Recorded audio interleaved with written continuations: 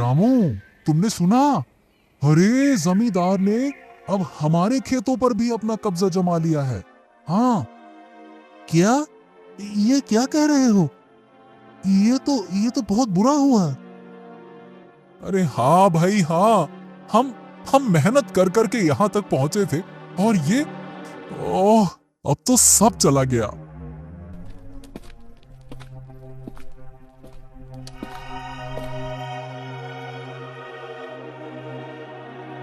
हाँ, ये कैसे हो गया सुखिया भाई?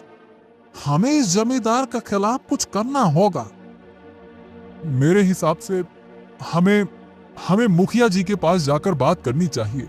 शायद वही हमारी मदद कर सकें।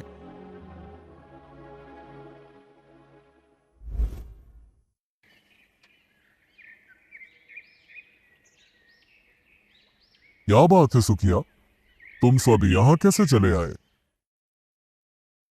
अरे मुखिया जी, क्या बताएं हम। अरे जमींदार ने हमारे खेतों पर कब्जा कर लिया है।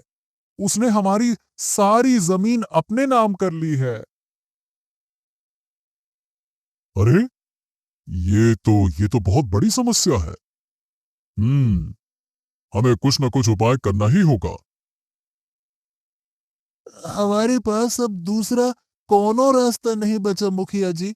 अगर हम खेती नहीं कर पाएंगे तो क्या खाएंगे, आप ही बताइए। ठीक है ठीक है। आप सब लोग मेरी बात ध्यान से सुनिए। हम सब मिलकर जमींदार के पास जाएंगे और उससे बात करेंगे। देखते हैं क्या होता है। ठीक है, चलिए।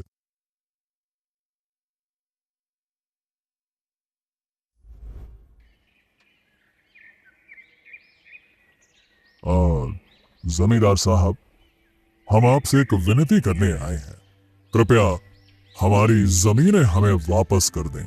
विनती है आपसे।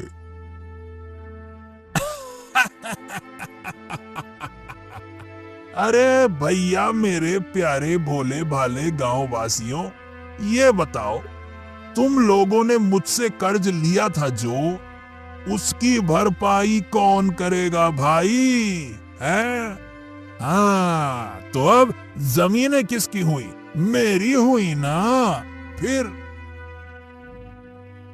जमींदार साहब, वो बात ठीक है कि हमने आपसे कर्ज लिया था, लेकिन हम सब गरीब लोग हैं, मेहनत मजदूरी करके ही गुजारा करते हैं। कृपया कृपया हमारी जमीनें लौटा दीजिए। जमीनें लौटा दीजिए? ज्यादा बातें मत करो मुझसे। है? तुम लोगों के पास अगर पैसे हैं तो कर्ज चुकाओ, वरना यहाँ से निकल जाओ। सीधी बात भैया, समझे? निकलो यहाँ से।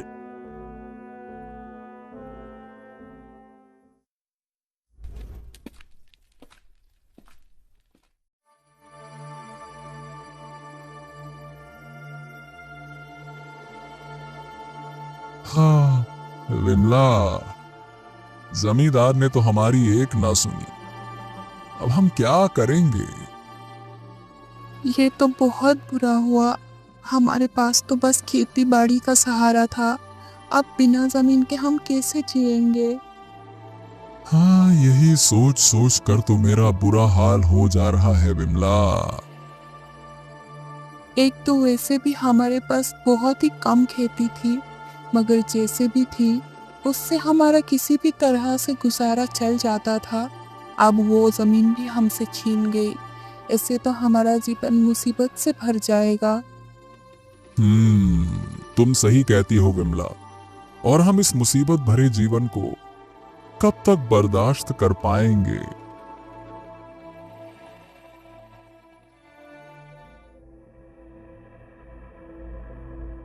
विमला, मुझे लगता है कि हमें हमें राजा विक्रम से मदद लेनी चाहिए।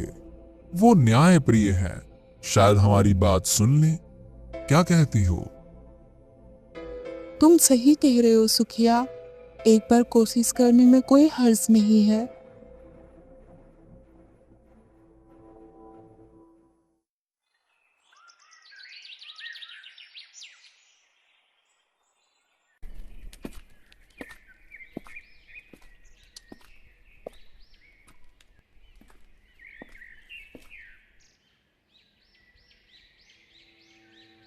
महाराज की जय हो, महाराज की जय हो।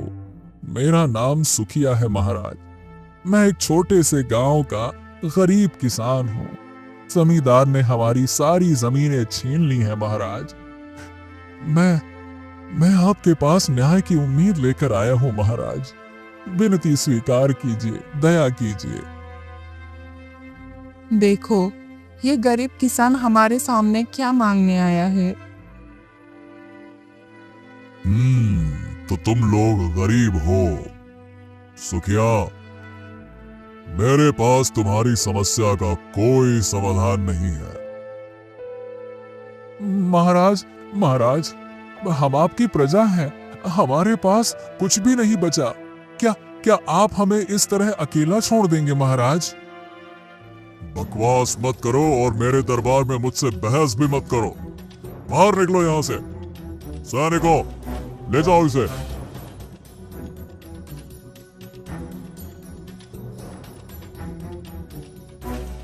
तुम्हारी जैसी परेशानियों में उलझने का मेरे पास समय नहीं है।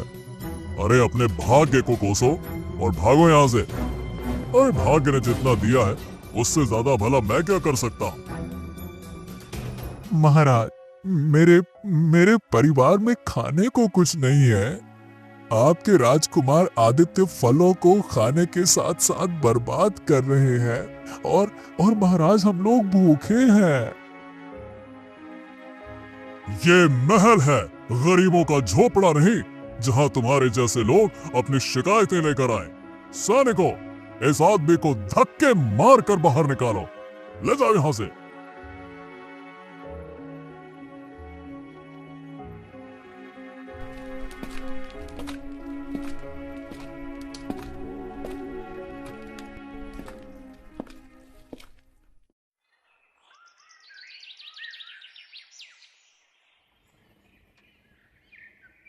सुखिया अब जमींदार की गुलामी में जीवन बिता रहा था।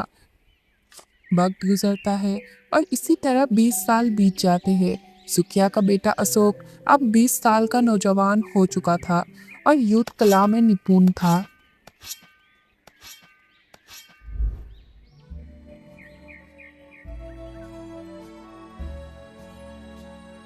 पिताजी, आप तो एक किसान हैं, फिर भी आपने मुझे युद्ध कौशल क्यों सिखाया?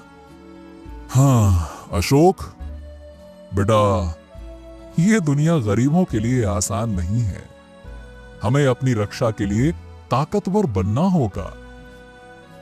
पिताजी, आप मुझे हमेशा युद्ध सिखाते हैं। क्या मुझे इन चीजों की कभी जरूरत पड़ेगी? समय आने पर तुम सब समझ जाओगे मेरे बेटे। हमें न्याय के लिए लड़ाई लड़नी ही होगी।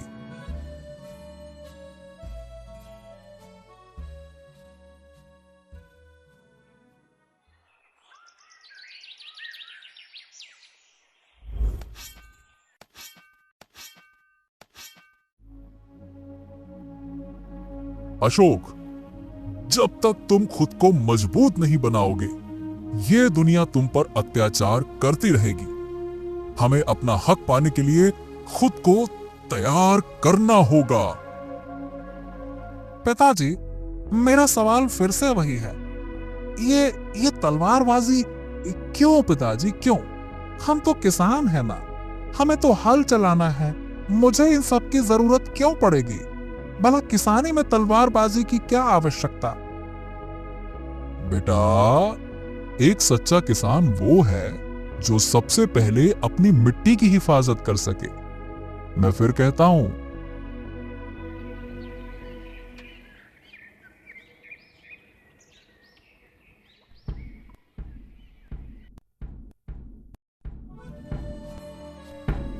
सुनो सुनो सुनो, राजा विक्रम एक विशेष प्रतियोगिता आयोजन कर रहे हैं। जो भी योद्धा राजकुमार आदित्य को हरा देगा, उसे सोने की थाली भेंट की जाएगी। सुनो सुनो सुनो। अरे, ये तो बड़ी बात है। क्या हमारे गांव का कोई इस प्रतियोगिता में भाग लेगा? पर हम में से कोई इतनी कुशलता रखता है क्या? आखिरकार राजकुमार तो महाराज के पुत्र है, कोई साधारण योद्धा तो है नहीं। ये हमारे लिए एक मौका है। मैं अशोक से बात करूंगा।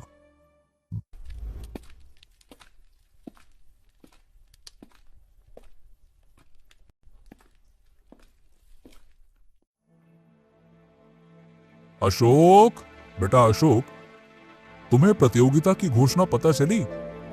हाँ पिताजी, पर उससे हमें क्या? हम तो एक आम किसान हैं और भला राजकुमार से लड़ना इतना आसान नहीं होगा पिताजी। बेटा, ये सिर्फ प्रतियोगिता नहीं है, ये हमारे लिए न्याय पाने का अवसर है। अगर तुम इस प्रतियोगिता को जीतते हो तो राजा को हमें सुनना ही होगा। अच्छा, तो आप चाहते हैं कि मैं इस प्रतियोगिता में हिस्सा लूं और राजकुमार को हराऊं? हाँ अशोक, बिल्कुल, पर हमें कोई धन दौलत नहीं चाहिए। अगर तुम जीत गए तो राजा से बस एक विनती करना है। विनती? कैसे विनती? राजा से कहना कि वो और उनका परिवार हमारे गांव में आकर कुछ समय बिताएं, तभी उन्हें हमारी कठिनाइयों का अंदाजा होगा। पिताजी, मैं आपकी बात समझ गया और अब मैं इस चुनौती को स्वीकार करता हूं।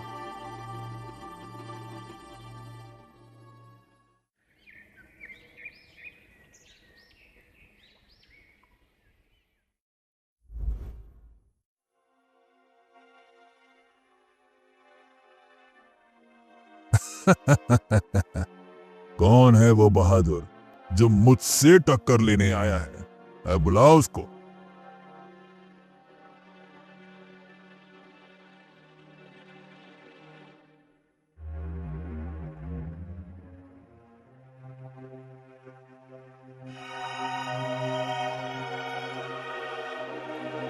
राजकुमार, नमस्ते। मैं आपके साथ इस प्रतियोगिता में हिस्सा लेने आया हूं। मैं केशव नगर का एक किसान हूं।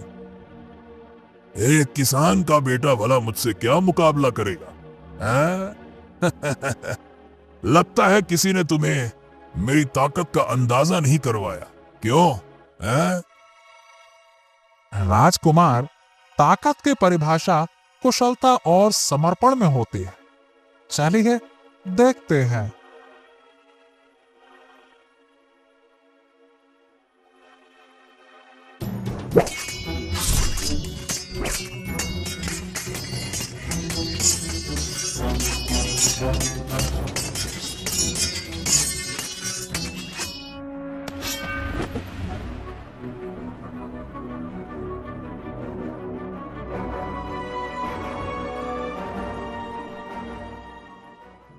अशोक, अशोक, अशोक, तुमने ना केवल अपनी मेहनत से बल्कि अपनी बहादुरी से हमें प्रभावित किया। बहुत बढ़िया, बहुत बढ़िया। बताओ, तुम्हें इनाम क्या चाहिए? बोलो। महाराज, महाराज, आपकी प्रशंसा के लिए धन्यवाद, लेकिन मुझे आपके दौलत की जरूरत नहीं है। बस आपसे एक विनती है। अच्छा, कहो अशोक, तुम्हारी क्या विनती है? महाराज, मैं चाहता हूं कि आप और आपका परिवार हमारे गांव में 1 महीने के लिए रहे। जैसे हम रहते हैं वैसी ही सादगी में रहे। केवल तभी आप हमारे दुख दर्द को समझ सकेंगे। यही विनती है महाराज। क्या हम एक गांव में ये कैसी मांग है? महाराज, ये एक साहसिक कदम होगा।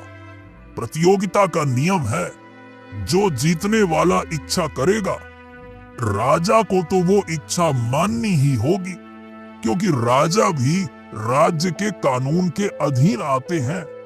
सोच लीजिए। ये सच है। अगर मुझे अपनी प्रजा का दुख समझना है तो उनके साथ उनका जीवन जीना होगा।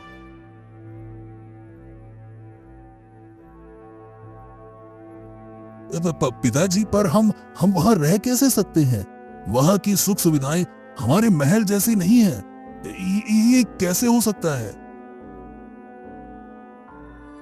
बेटा आदित्य, हमें इसकी बात माननी ही होगी, नहीं तो दूसरे राज्य के राजा ये कहकर हमारा मजाक उड़ाएंगे कि राजा विक्रम एक साधारण पुरुष की इच्छा भी पूरी नहीं कर सका। ठीक है अशोक, मैं तुम्हारी ये विनती स्वीकार करता हूं। हम तुम्हारे गांव में आकर कुछ समय बिताएंगे, ठीक है?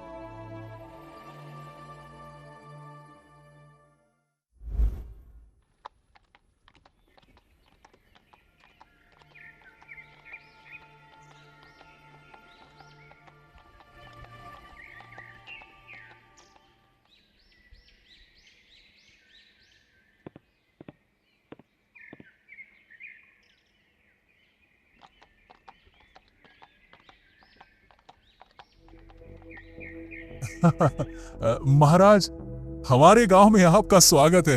आइए महाराज, आइए आइए आइए। यहाँ का जीवन उतना आसान नहीं है जितना महल में होता है। अब हमें यही देखना है सुखिया। हमने अब तक अपनी प्रजा के दुख को दूर से भी नहीं देखा, अब हम करीब से देखेंगे।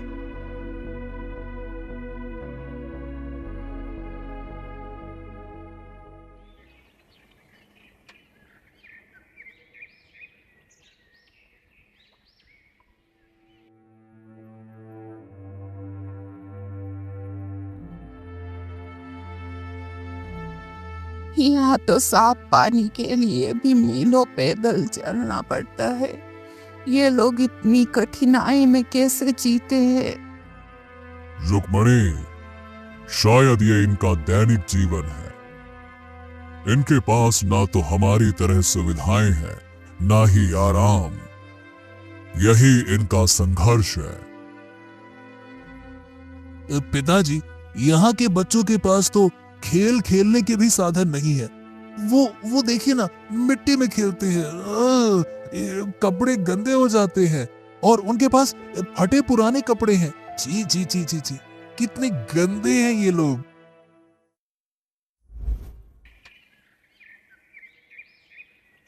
महाराज, हमारे पास कुछ भी नहीं है। जमींदार ने हमारी सारी जमीन छीन ली है और अब हम मजदूरी करके किसी तरह गुजारा कर रहे हैं। महाराज, हमने कर्ज लिया था, पर उस जमींदार ने इतना सूद लगा दिया कि हम चुका ही नहीं सके। अब हमारे पास कुछ ना बचा महाराज, कुछ ना बचा। ये तो सरासर अन्याय हुआ। हाँ, मुझे समझ नहीं आया कि हमारी प्रजा ऐसी कठिनाई में भला जी कैसे रही है।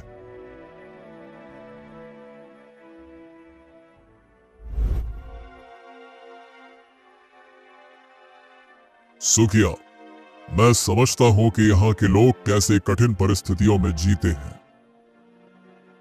मैंने अपनी आंखों से देखा कि तुम्हें छोटी छोटी चीजों के लिए भी संघर्ष करना पड़ता है। मैंने देखा है, सब कुछ देखा।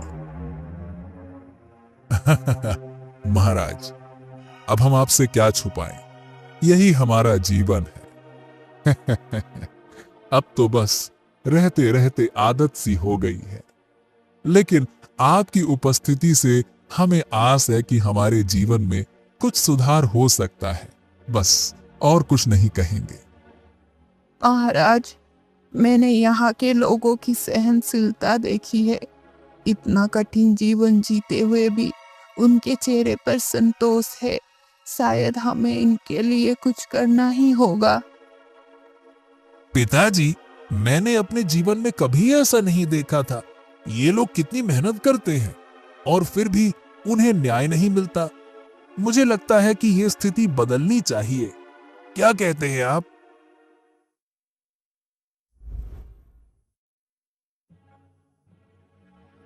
गांव वालों, मैंने तुम्हारे जीवन को करीब से देखा।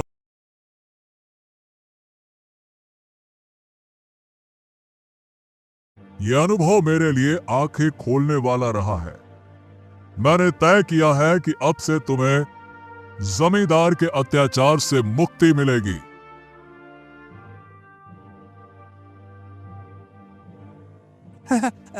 महाराज, क्या सच में आप हमारे लिए कुछ करेंगे? हमने तो उम्मीद ही छोड़ दी थी। हाँ, मैं तुमसे वादा करता हूं कि तुम्हारी जमीनों पर जो कर्ज है वो मैं खुद माफ करूंगा। अब से कोई भी जमींदार या साहूकार तुम पर अत्याचार नहीं कर सकेगा।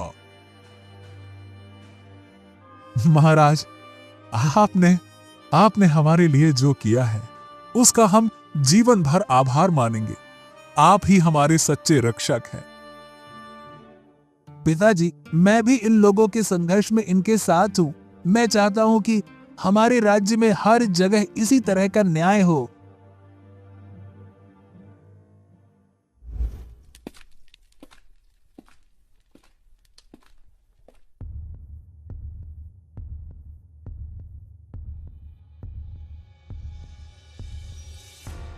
जमींदार, तुम्हारे अत्याचार के दिन खत्म हुए।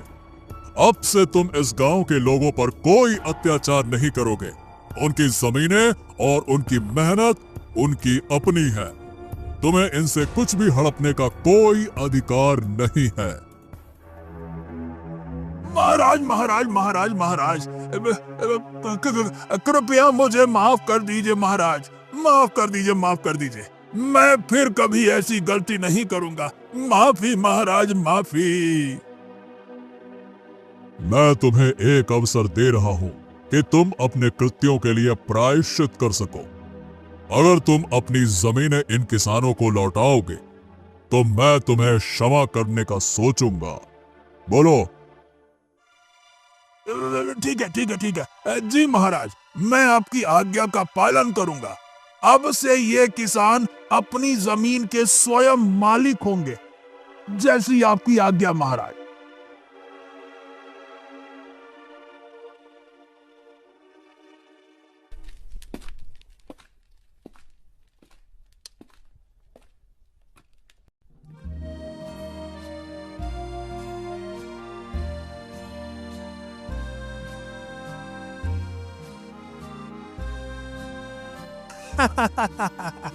पिताजी, हमने जो सोचा था वो सच में हो गया।